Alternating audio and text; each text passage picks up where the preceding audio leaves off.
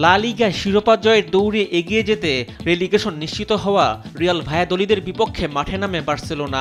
Champions লিগে inter মিলানের বিপক্ষে ম্যাচের আগে একাদশের বেশিরভাগ গুরুত্বপূর্ণ ফুটবলারকে বিশ্রামে রাখলেও শেষ পর্যন্ত জয়ের জন্য মাঠে নামতে হয় তাদেরও।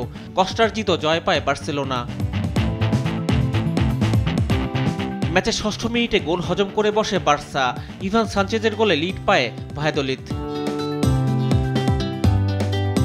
প্রথমার্ধের ১৫ ও ৩০ মিনিটে সমতায় ফেরার ভালো দুটি সুযোগ পায় বার্সা, কিন্তু ভায়াদোলিদ গোলরক্ষকের কারণে গোল বঞ্চিত হয় কাতালানরা।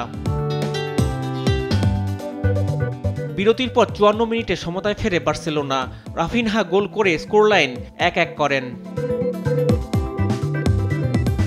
লিড নিতে সময় নেয়নি বার্সা।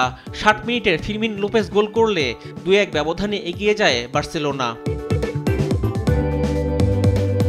এরপর ব্যবধান বাড়ানোর কয়েকটি সুযোগ পেলেও তা কাজে লাগাতে পারেনি বার্সেলোনা। ২-১ গোলের জয়ে দ্বিতীয় স্থানে থাকা রিয়াল মাদ্রিদের চেয়ে ৭ পয়েন্ট এগিয়ে থেকে শীর্ষস্থান মজবুত করেছে ফ্লিকের শিষ্যরা। ইংলিশ প্রিমিয়ার লিগে বোর্নমাউথের কাছে হেরেছে আর্সেনাল। এমিরেটস স্টেডিয়ামে ম্যাচে ৩৪ মিনিটে ডেকলান রাইসের গোলে এগিয়ে যায় গানাররা।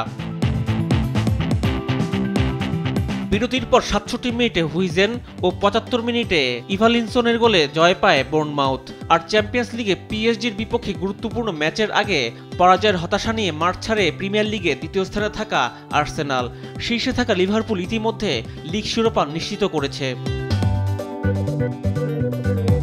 রিফাত আঞ্জুম, দেশ টিভি, স্পোর্টস ডেস্ক।